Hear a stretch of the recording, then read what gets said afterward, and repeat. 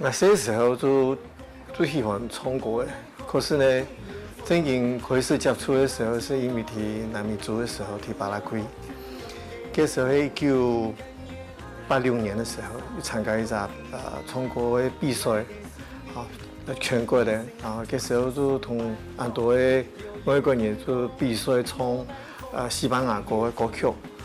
就那时候就唱1年的时间就唱出神气啊，这种兴趣了哈。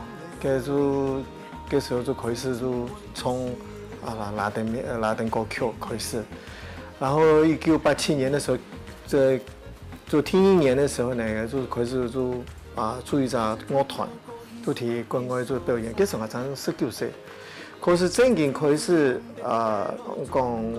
做7家好唱的，做拉丁歌曲的时候呢，是1996年的时候，那时候我就有一个乐团，很多蒙多的时候，就开始做唱拉丁歌曲。那时候我们发现到台湾冇人都唱也部分，所以我就开始因着唱。刚开始的时候呢，大家就对安尼音乐没。有办法接受啊，因为讲他们是那个唱嘛，可是呢，开始慢慢的就接触，因为我没客家人哦，所以那时候我就发现到，那时候我认识到颜志文老师啊，又认识到阿涛哥啊，又认识很多安尼一个客家的歌手哦，叫做唱的歌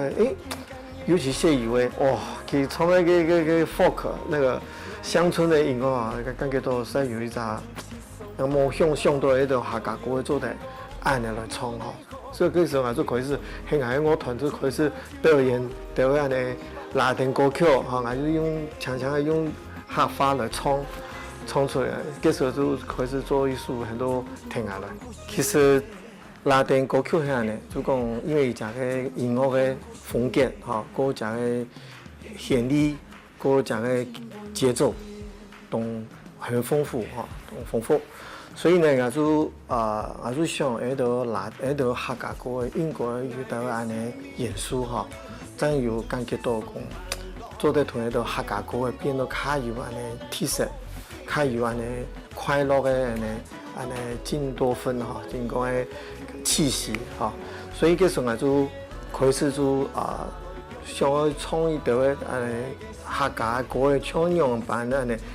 因为那时候发音客家发音没讲做个一张所以那时候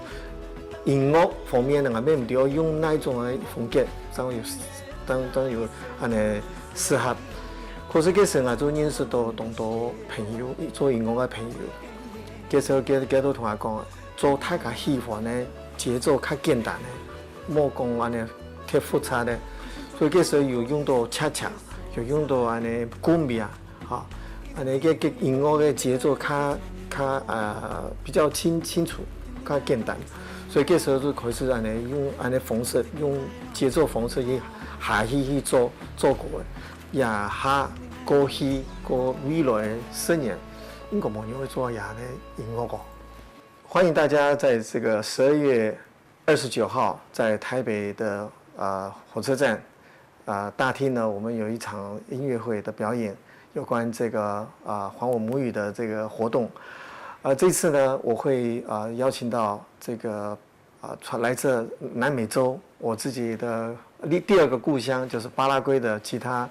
大师，叫做 Roberto Sayas， 以及阿根廷我另外一个这个也是我常去的地方，叫做阿根廷这个他们有一个钢琴师，他们都在台湾。叫做马尔丁穆萨乌巴赫，那我们请他们2位来帮